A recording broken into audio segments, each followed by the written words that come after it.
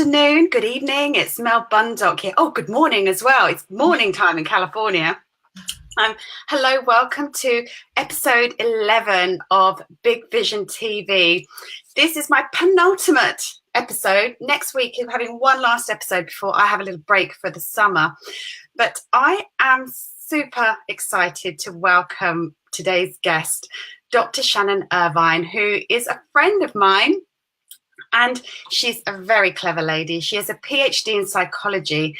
And today she's going to talk to us a little bit how we can use neuroscience to rewire our brains for success. That is what we're going to be talking about, isn't it? Have I said? Okay. So Shannon, let me just introduce yourself in your words. Tell us a little bit about you and what brought you to, tell me a bit about your journey, what brought you to, where you are today. Oh my gosh. So for those that I don't know, I am Dr. Shannon Irvine. I am an entrepreneur and a mentor, business mentor. I help people grow and scale their businesses, but I do it kind of from a different vantage point, more from the inside out. I help people actually collaborate with their mind and collaborate with their brain to actually create the success that they want, that you want long term, not just, let me fix this one thing and then the next level, I'll be right back to where I was. It's let's go in there and remove the stories that are holding you back and hardwire those truths that you really want to be operating from. I can't even believe I get to do that every day for amazing entrepreneurs and with them. It's so much fun. And how did I get to this place? Oh my goodness. Lots of ugly cry moments and breaking down on the bed, scaring my children with mascara because I was trying to figure it all out and couldn't. And had one of those pivotal moments. I'd always been an entrepreneur. I've always grown businesses and I did really well until you had to kind of create that interesting balance between, oh, wow, I have kids now. And there was like a blip in my ability to handle it all when I got married. And then we figured that out. Right. But once the kids came along, man, that just turned it all upside down. And I felt the story I was telling myself was that I had to choose one over the other. And I equally loved both. Right. And I had that ugly cry moment where I was like, wait a minute. I can't believe God, universe, whatever it is that you believe in, for me, it was God. It was like, I can't believe you would give me all these dreams, these big visions, all of this just to have me let it down. And sometimes that's the case, but for me, it wasn't. The thought immediately was given to me. I believe it was given to me, which was go figure it out. If you weren't the only person, if there were other people on the planet that have good families, that put them first and still crush their business, then go learn from them. And so that's what I started to do. And as I spent time getting mentored and being coached by people that have that level of success, this was a bunch of years ago, I started realizing that the way they thought, their thinking, and then their actions were totally different than where I was at. I created a great amount of success from hustle, and you can do that up to a point. But then you break, right? And you don't have the energy anymore. You cannot possibly there's no more time in the day to hustle anymore. And you can't get to the next level. And I think that's where we all get to a place with our visions and feel like, I don't have what it takes. I can't do this. They've got some secret sauce that I don't have. And that's a lie, by the way. After spending that time mentoring with them, I just got very obsessed about why do they think differently? What's different about the way they think, and how can I learn and then show my people that I was mentoring, because I was certainly mentoring business owners at the time. And I got, a little over the top and ended up getting interested in neuropsychology. And I thought I'd finished up my master's in business. And I thought, you know what, I'm going to switch over. I really want to understand how the brain is wired and how we can hardwire our brains for success. And that has just really blown everything in my business and in my life wide open. And then I'm able to download that for entrepreneurs today and help them really shortcut. Or we're all looking for the thing outside of ourselves to help our business or to get our vision out there to the world. And that's the problem. It actually is internally that we have the biggest secret weapon of all time. And not very many entrepreneurs are tapping into that. So that brings me to today. Yeah, it's been a journey for sure. Oh my gosh, I resonate with so much of what you've just said. Yeah. And that thing about motherhood and success, that is huge, because I think for a lot of us, and for a long time, I was of the belief, or I kind of told myself the story that it's, too hard to have both, that you can't be a successful businesswoman and be a really good mum as well, that one has to kind of take, precedence over the other. And I realized it was just a silly story I was telling myself. And this is what I tell my clients, that you can tell yourself a new story anytime, because our stories are our thoughts, and our thoughts ultimately become our beliefs, and you get what you believe in. So I'd love to talk to you a little bit more about, because I've been talking a lot about, and I find this so hard to say, rewiring your brain. It's such a mouthful, that sentence. Yeah, it's crazy, right? And so I think the biggest thing for us to understand is that our brains, so we kind of go along and we take them for granted in a certain way. We just believe, okay, here's the amount of intellect I have. Here's the amount of knowledge I have. This is what I think and feel, right? That's what we do. But here's the thing. Our brains, they're not actually wired, meaning our number one purpose for our brain is to keep us alive. It's not to make us happy. It's not to make us successful. That's our job.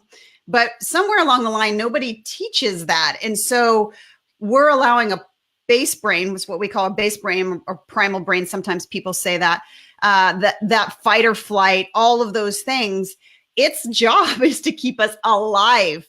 And alive means safe, not risky, all the things that big visions create. So like, that's the first thing, is acknowledge that, right? Acknowledge like, wow, okay. Mel and I share this, we're the creators of our thoughts. We are the ones who have the power to create the thoughts and the destiny that we're going to step into, or to create the hell that we're living. And that your thoughts are creating your reality, your current reality. You can look around you, look in your bank account, look at your current business, look at where you are right now. The thoughts that you've had from your past that you've never questioned have gotten you right to where you are right now. And that's not bad, because you haven't known it, right?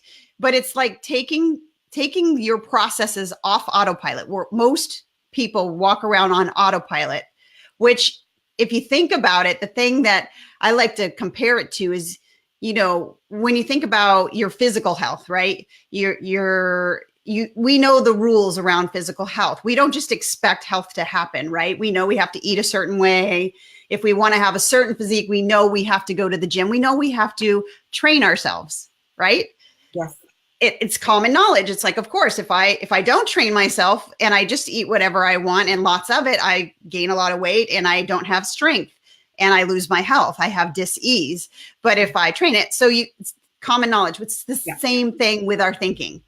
But no one in our school system teaches that at all. So we go along thinking, oh, well, this is the way it is.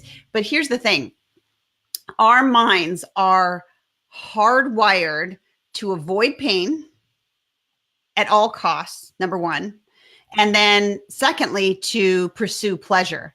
And we cannot be out of alignment from our outer thinking, our conscious brain, and our inner mind, or our subconscious.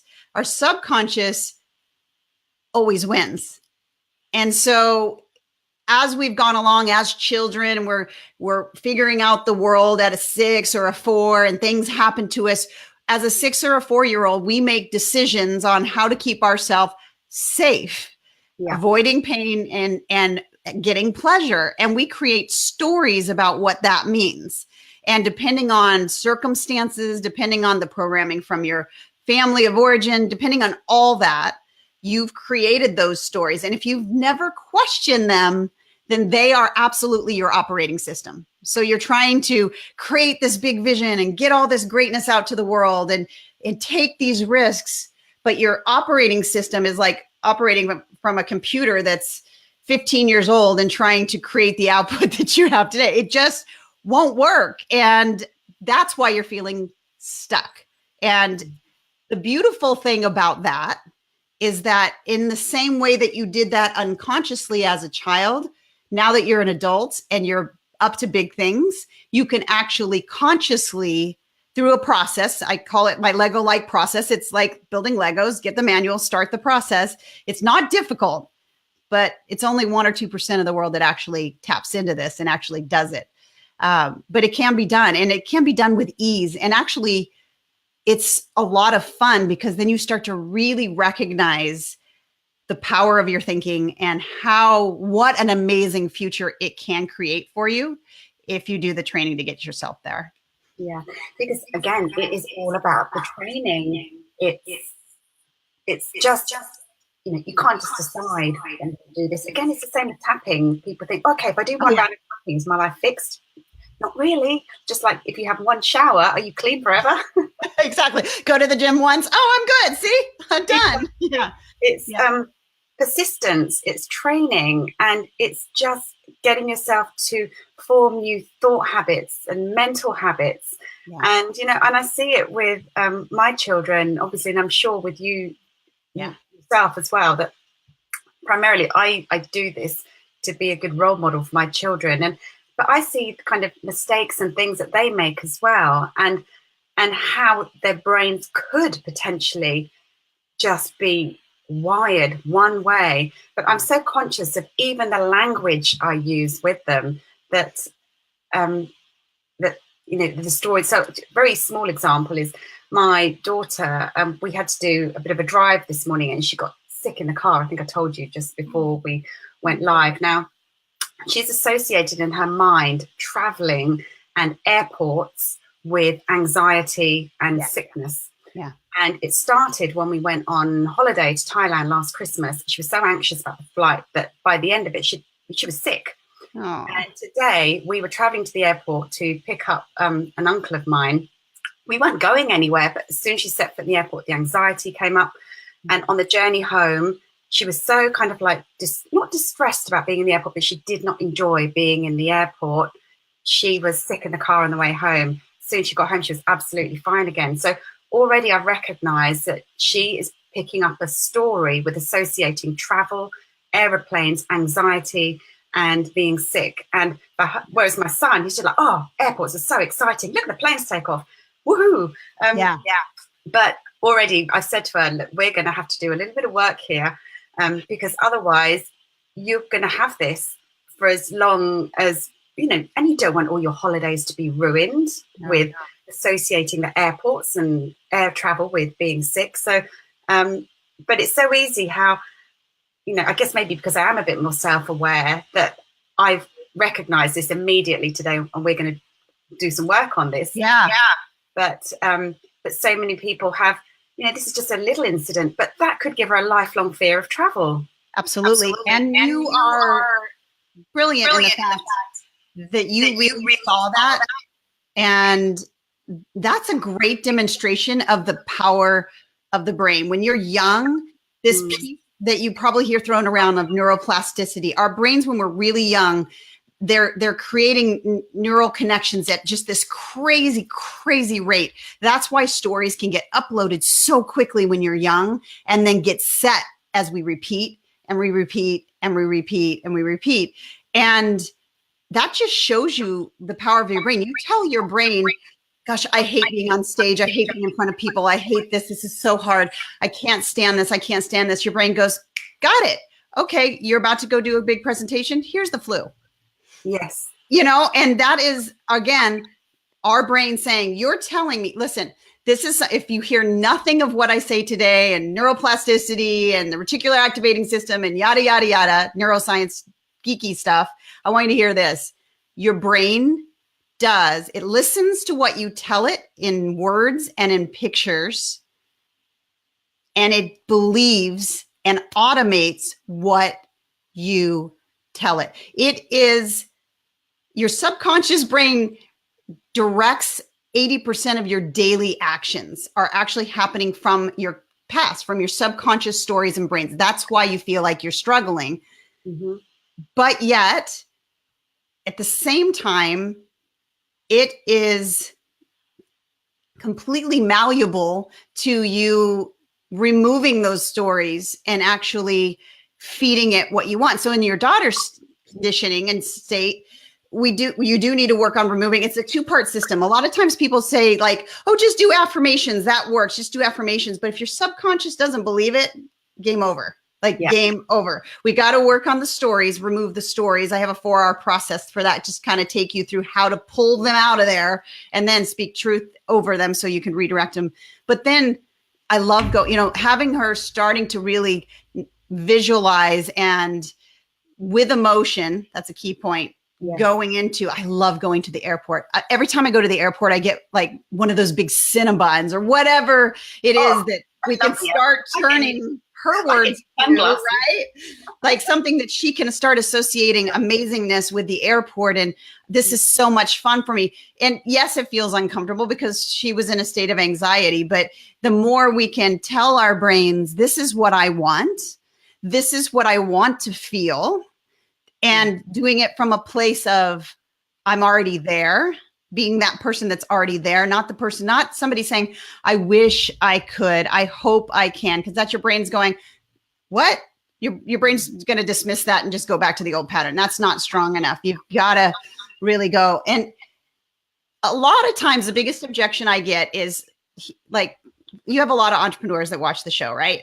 Yeah. So, and I've done it too. So this is how I operated as well. So a lot of us think the thing that's going to get us to that next level is kind of outside of ourselves, right? If we just buy the next course or system or method or whatever shiny little thing, that's going to be the thing that makes me take off. And I am telling you right now, it's not. Like, it is absolutely tapping into the power of your brain and really hardwiring being the person that can take those amazing things, because they are amazing, if you can approach them from the mind of somebody who can take them to the next level.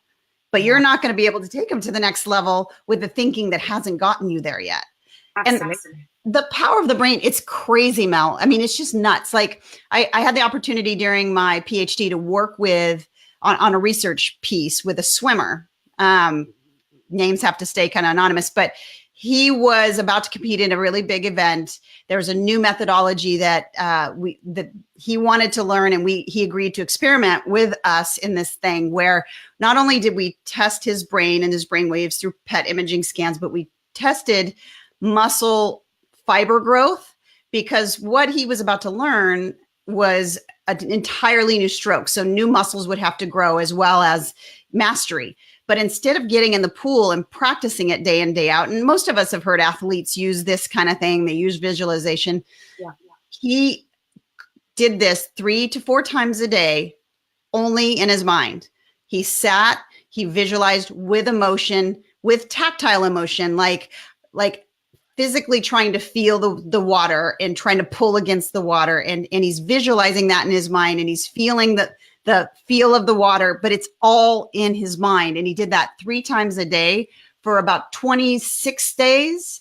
By about 21 days, we actually could measure not only that it had gone to the part of his brain as stored memory, meaning he now has the complete skill stored, but we actually determined that he had the muscle fiber growth. His muscles grew, muscles that didn't have growth before grew, and he was sitting in a chair visualizing. And then he went on to use that stroke, only practiced 1 day in the pool, and won the biggest event that you could win in that sport, all through the power of using the mind. So if these high performance athletes think that this is the difference for them, it's time that us wildly driven, passionate, vision-oriented entrepreneurs start to take this on as the thing we have to get so that we can get to the next level and the next level and the next level. It's mind-blowing what we can do with the power of our minds. Yeah.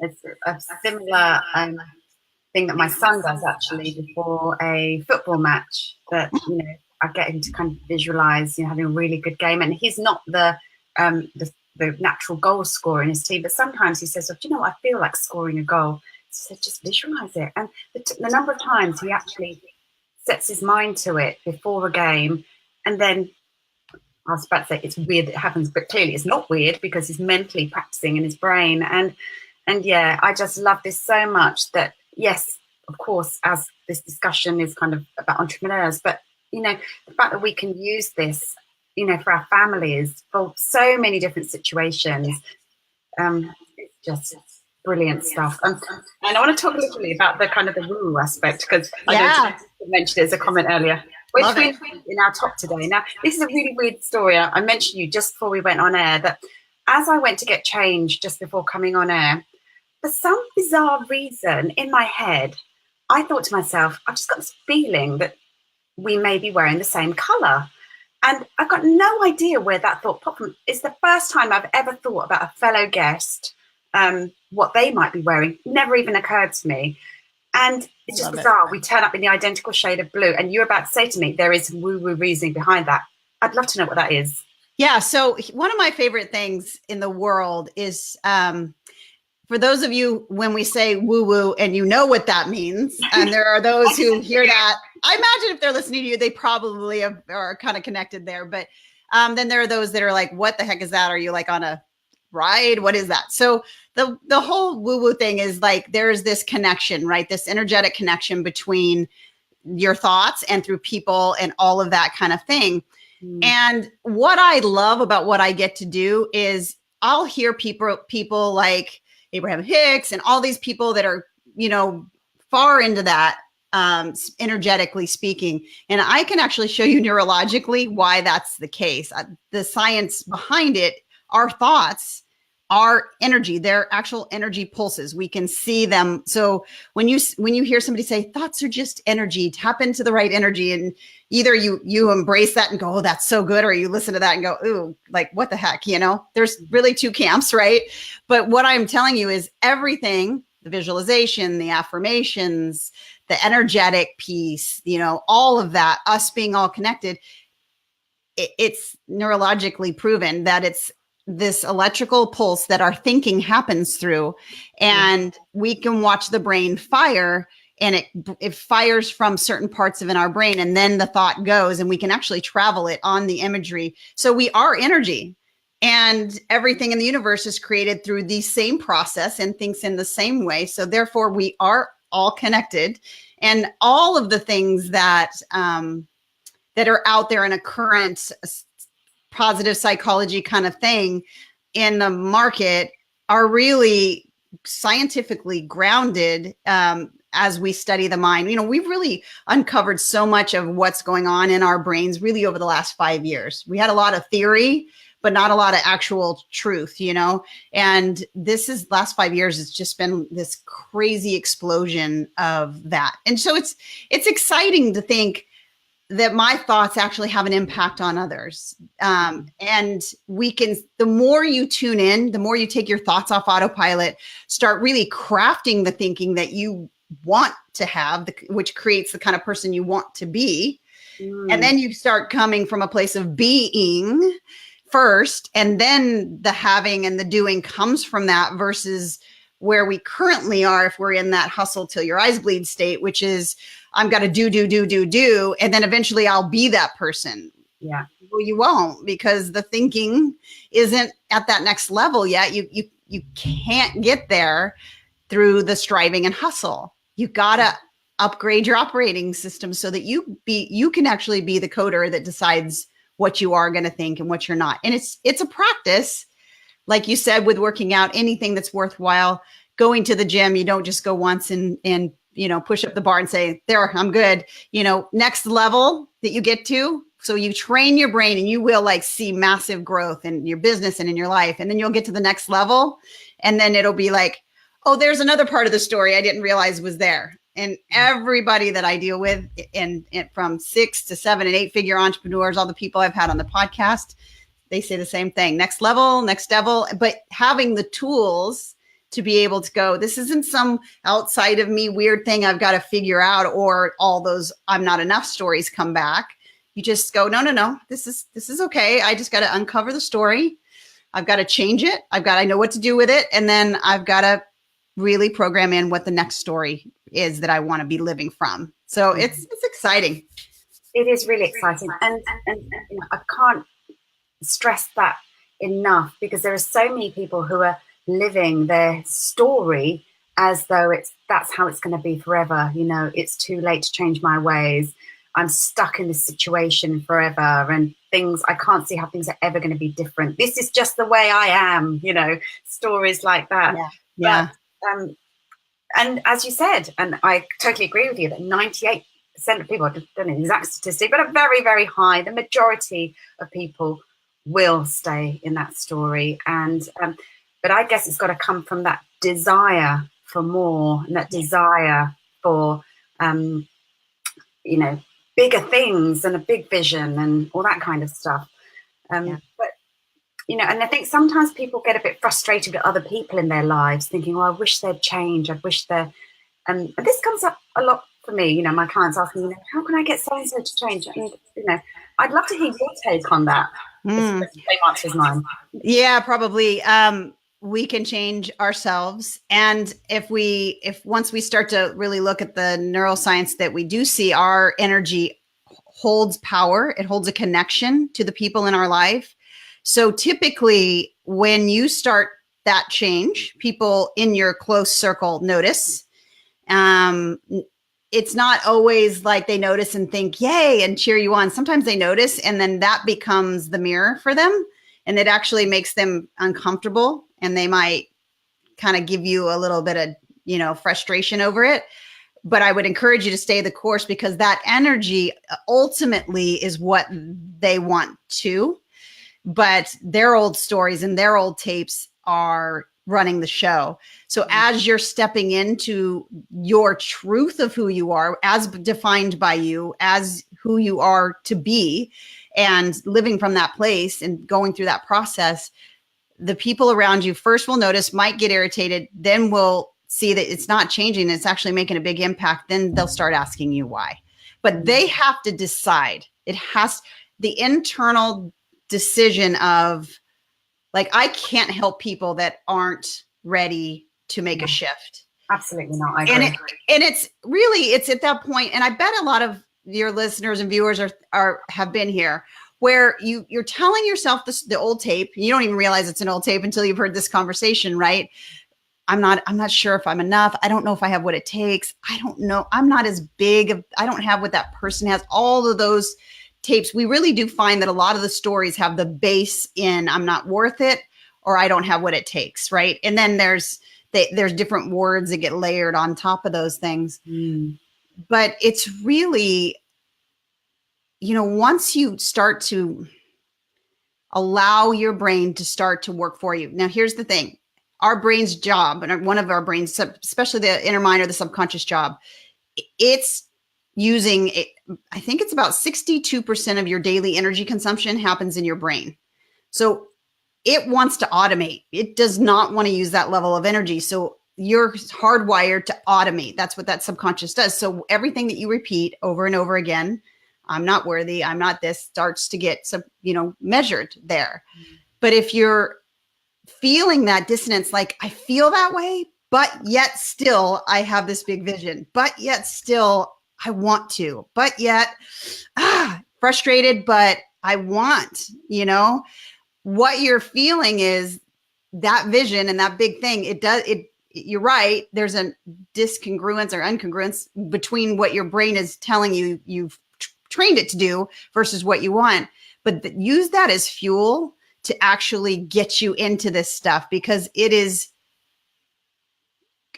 in my mind, a quick process, right? We spent however many years creating the stories, and we found typically, and I'm talking from like neural pathways, we can see within 21 days, your new story will actually have we call it freeways or have a pathway. So that old 21 days to a habit or 21 days, that's just when they're equal. So yeah. I got to tell you that. I'm not going to be the one to tell you in 21 days, it's not a quick pill. Okay. It's a lifelong success pill, but, but at about day 60, between 60 and 67, what we see in the brain is a complete neural pathway on the new way of thinking, and the old pathway completely severed. Yeah. I love that. 67 days. Like, that's nothing. Like, really, when you think of investing your time, change. Yeah. So I would just, if that's that feeling that you're having, I mean, you can start today. You really can. Like, just the fact that your thinking is in your control, that you are the author, you are the creator, you are the thinker that creates the thoughts that you have. When you have a thought that doesn't serve you and you actually think about it, you can hear it, that means it's out of your subconscious mind for that moment. So the 4-hour process I take people through kind of helps you harness that and then get rid of it in that moment. But then you also have to replace it, which is part of the 4-hour process, with, okay, what is true?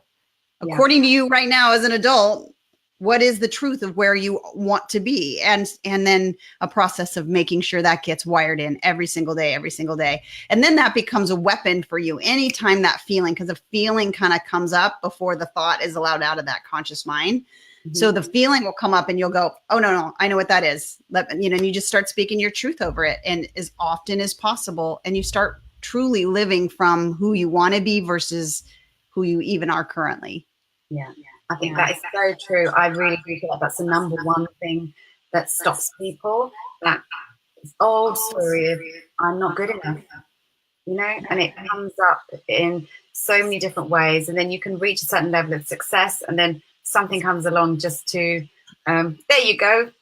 Told you you weren't good enough. Told you you weren't good enough. Oh, and our brains, there's one part of our brains that this part drives me nuts. I do wonder about this. Now, I can understand why this is called the negativity bias. It helped us in caveman times. So we notice 7 to 9 times, but 7 times for sure, more negative things than we do one positive thing. Totally. And that is hard-coded, yay. But no, again, this is all about knowing. Now I know that. So if I have that thought, now you become your own evangelist in a way. We're like, oh my gosh, I had that thought. Okay, I know the truth. You replace it. And then now you need 7 good positive pops to just overcome that. And I think knowing that is so powerful, because if we layer those negatives on the negatives on the negatives, then you're just in this hole. And that's why it feels so stressful. And we need those positive truths to start firing around those negatives, to allow that monkey part of our brain to just calm down and say, everything's okay. You're not having to avoid pain. You'll be all right. Why is that you can get 100 positive comments, but that one person who didn't quite like what you had to say, it sticks in you like a knife. It does. And that is because you're hardwired that way. So I actually help my clients with a process around that of, okay, let's choose now how you're going to process a negative comment. And how are you going to do it positively, so where you can actually feed yourself what you need versus what usually comes, which is the cascade of lies on top of that one thing, right? And I nobody is immune from it. In fact, the more success you have, the more of those opportunities you get, because you're going to rub people the wrong way, and that's their issue. So lots of helping, us to understand why somebody even does those things, right, to begin with. But then how are you going to react? I have one client that is really crafted into, this was an amazing thing. So he had like one story, lots of tentacles. It's like an octopus, right? One story, it affects a bunch of things. And so we can pull those tentacles out, but one story. And as we pulled that out, as we worked with that, he gets a lot of criticism. It's just the nature of his business. Well, first of all, the great thing is his number one reason for coming to me is he wanted to grow his business, and he felt like he was the thing holding him back. Like, he'd get really close and then he'd procrastinate. He'd get really close and then he'd Netflix, and not get things done. And so that was what we were going after. He took his business from high 6s when we started working together to 8 figures within 6 months. One story. Wow. But what he started doing, I told him, pick the emotion you want around that, and let's hardwire that. So now every time he gets one, because he gets them a lot, because it's just the nature of his business. Every time he gets one of those negative comments, he actually turns music on and starts laughing hysterically. And it changes his state, which then changes how he approaches that. And he's able to not receive it as, I'm not worthy anymore. But that takes some skill, but we had to craft that, and it's individual.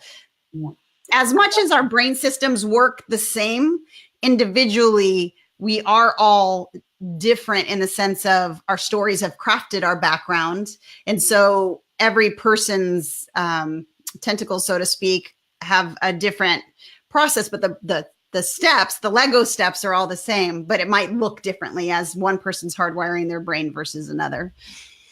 Yeah. Oh, just love all of this. I really do. And I love how you talk about locking in the emotion as well, because it's so kind of linked to what I do about, the emotional freedom technique, because I don't think people realize just how important mastering their emotions are, that people can really, and not even be aware of the emotion they're particularly feeling.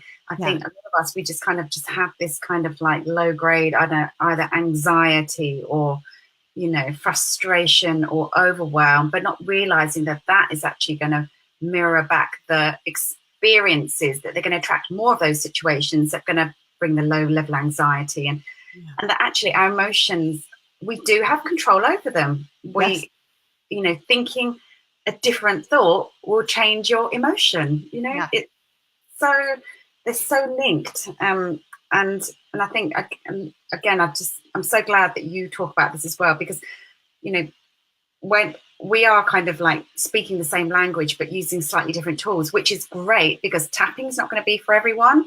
And, but I just want people to find their method that's going to take their life and business and happiness levels, to a different place, and that it's entirely possible. So, thank you so much for sharing with us your wisdom. And the thing is, I love that we have brought in a little bit of woo-woo as well, because when you think of the words like that you have got a PhD in psychology and you are a neuroscientist, that's kind of so anti-woo that to me it's like I'm the person that shows you that the woo is really, really the real deal.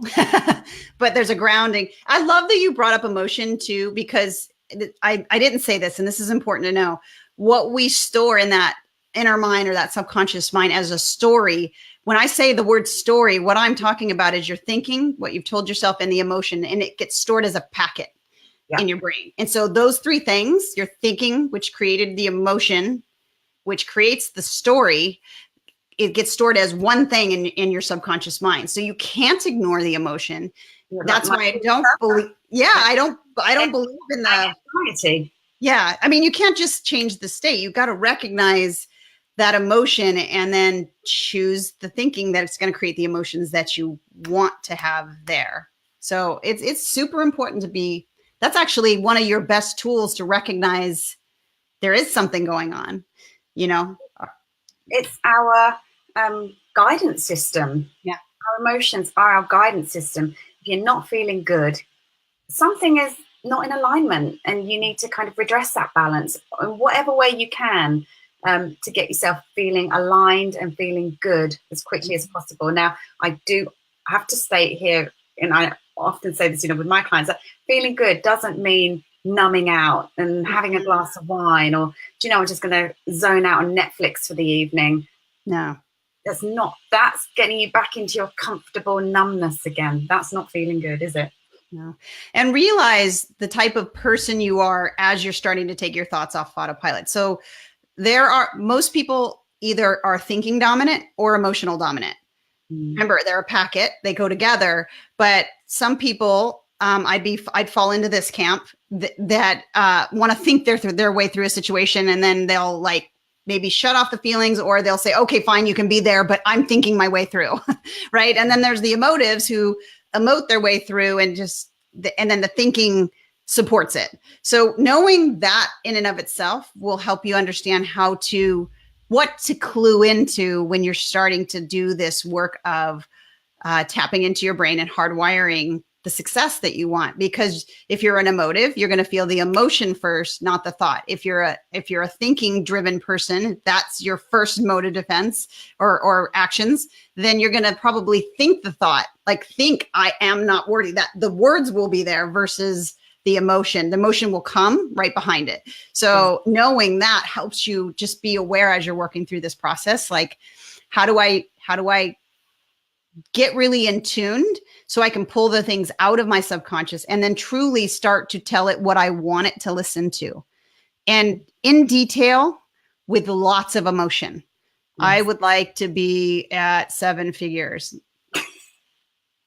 Sorry, I'm not even buying that. So your brain's going to be like, next, remember, thought and emotion, it's a packet. So if you're not fully like emotively approaching what you want when you're trying to do this work of wiring your brain, it won't work. You've got to fully commit and say, okay, like, here's the life I can have. I'm going to define it with such granularity and such intensity and such emotions that as I'm saying this to myself over and over again, I feel it. I can almost touch it. I can almost taste it.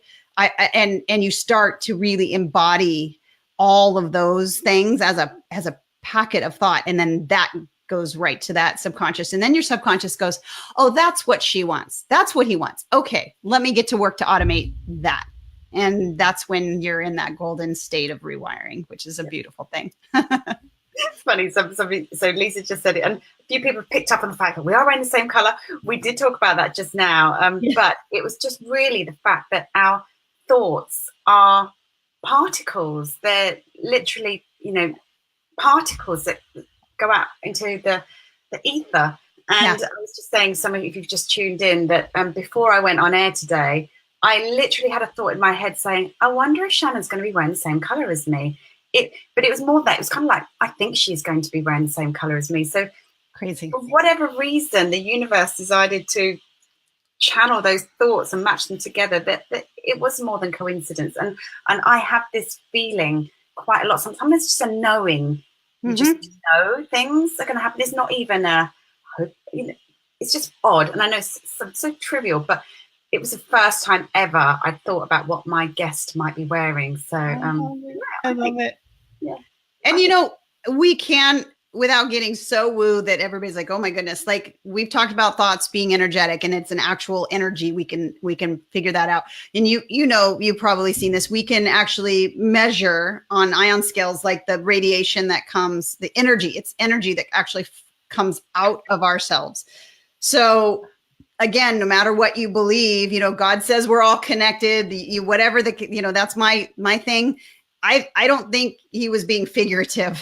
I think he was being literal. Like, no, your energy impacts and affects not just your own thinking, but those around you, and for the good or the bad, right? For the collective good or the collective bad. And I love that now the things that you do that pull in that mind-body connection, and you allow people to really clue into the things that that really ground them and allow them to start to create a new thought for themselves. And that's a lot of the work that you do. You just don't do it, you're doing this stuff, but you just don't call it what I call it. But it's yeah. And I'm part of Mel's tapping course. I love it. Anything that allows you to align with your brain. I'm like, yes, this is beautiful.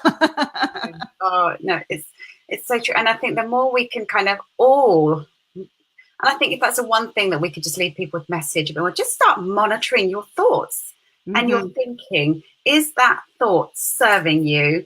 Is it adding value to your life? Is it taking you to where you want to be? Is it an empowering thought? Just start to monitor your thoughts. If this is kind of new to you, if you know anything about me, myself, or Shannon, you're probably going to be that way inclined anyway. But it's so important to monitor your thoughts. I am kind of like, with my kids especially, and my friends, I'm the language police. I hear a disempowering sentence that comes out of someone's mouth, and I just slap them. Stop that. Unfortunately, I'm not quite evolved enough to monitor everyone's thoughts yet, but I love it. But you love somebody enough to not let them speak that over themselves, and that has more energy to it. And really, I think, the biggest objection I get is people don't trust that their brain is that powerful. Maybe it is for other people, but not for me. And that, to that person, I mean, I love taking people through like a couple different activities. And I don't know how much time we have left. We could play around with one if we have time, but just to show you like the power of the brain. I'm going to definitely be talking about all this in my upcoming workshop for sure, so that you can see that it's really your brain has, just like the swimmer, has so much untapped power. And it's like this, race car that's standing at the gate waiting to go. All you got to do is tell it where to go and what to do, but we don't.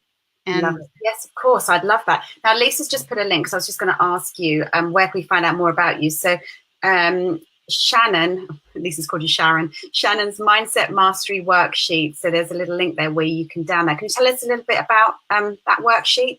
Yes, absolutely. So that worksheet, a video company is right behind it, and that talks through this removal of stories. So that 4-hour process that I mentioned a few times, it walks through that process, and you can use that. I actually, when I'm working with clients, I have them print up a bunch and like keep them with you, because when you, just like anything, when you start to become aware of things, all of a sudden, then you really are aware. So working through that process with anything of in your stories, anything that you're telling yourself that's coming to the conscious mind that you're not wanting to remain, that is holding you back, and you work through that process, it removes it over time as you rewire. It's a whole rewiring process to remove and rewire, basically.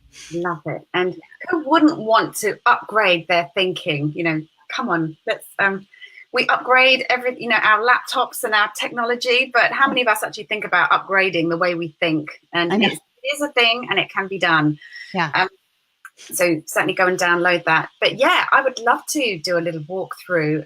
So what do we need to do? Any kind of prep or? Well, no prep, but everybody that's here and that's going to do this, you just need to promise to play full out, because if you're driving, come back and watch the replay. And yeah, absolutely. You can do this in the replay. Okay. So it is going to involve closing your eyes, and I'm going to do it with you. So just play with me here. So there's 2. I'll do 2 just for a variety. So the first one, just close your eyes. You're just sitting there, no big deal. And I want you to like put your hand like you've got a big lemon that was cut in half, and it's just in your hand. So, your hand is up, and you can squeeze that lemon. You can see it. You can, how lemons that just get really juicy after they're cut, and all of that smell is just really, really like, so much aroma. So put that up to your nose and just take a big deep breath and smell that lemon. And now I want you to just take a squeeze of that lemon and take a bite of it. Now you can open your eyes. So did you smell it? Did you right now pay attention to what's going in your mouth? Your mouth is watering, which is what our brain does to prepare to eat. So in your mind, we had no lemon, but our mind completely saw it, so depending on if you're a like very grounded in your body, you're kinetic, lots of muscle work, you'll experience these things a little bit differently. Emotive versus thinking, right? So some people smell it, but almost everybody's mouths start watering in preparation for what we know will happen with a lemon when we bite into it. And that's the power of the brain. But here's one that I think is a lot of fun. All right, so same thing. We're going to close our eyes, and we're going to hold both of our hands out like we're holding something in our hands. So so we have a bucket in our left hand. Okay. So you've got the bucket there. And now I'm going to come by, and I'm actually going to fill the bucket in your left hand with rocks. So I need you to like hold on tight, because you don't want to drop the bucket, right? And now I'm putting some big boulders in there, and it's getting really, really heavy. Like it's getting super heavy. And now I put like probably one of the biggest rocks on top. So now you're really having to kind of struggle and strain to keep that bucket from just dropping. You're holding on tight. Your muscles in your shoulders and your arms are really holding it. And now in your right arm, keep holding that bucket, but in your right arm, I just tied a really, really big helium balloon to it. And you're having a hard time keeping your arm from floating up in the air. And so your right arm has the balloon, and it's going up and up. And your left arm, don't drop the bucket. You still have the bucket in your left arm. Now open your eyes. It's crazy. It is. It's crazy. You don't have a bucket. You don't have a balloon, but your mind saw it and therefore made it physiologically happen. Yeah. And the same exact thing can happen for the future that you want if you visualize it in the same way. So power of your brain's amazing. Brilliant. Now, Shannon is also the host of an amazing podcast and the Epic Success podcast. I was a guest a few weeks back, so it was so much fun to be a guest on Shannon's show. So please do go and check that out. And I've been having a little binge listen myself this week. Shannon's had some incredible guests on, so please do and go check out Shannon's podcast, which is on iTunes and all the usual spots. Yeah, the Epic Success podcast. And yeah, thank you so much for joining us. Now, Shannon is going to be joining me again later this week with my closed coaching group, the Vision Alignment Group. So, and you're going to be doing a little bit more in-depth work with us. So I am super excited about that. Me too. And so we've got the link there. Is there anything else coming up that you'd like to share with us? What else can you tell us about you? Oh goodness. Well, I do have a workshop. If this is like piqued your interest and you're like, oh my gosh, now I see what the problem is. And now you want to know how to truly go deep and fix it. I encourage you to jump into that workshop. We're going to spend about an hour really going through all this and breaking it down Lego-like style so that you can really have the tools you need to take your thinking to the next level. Love to have you there, but it's been an honor to be here today and just to encourage your tribe to just keep going for those big dreams and those big visions, because I believe that each of us were given a special gift and a special talent and special ability that the world needs, and only you can give it. And so just please, please, please master your thinking so you can get it out to the world in a big way. Absolutely. Thank you so much. And Lisa's just dropped the link for that there, the front of the line link there. Perfect. Yeah. Thank you so much and for being here. And just really love your work. And I hope it's inspired some of you out there today. So thank you so much, Shannon. And I'll see and speak to you very soon. Bye.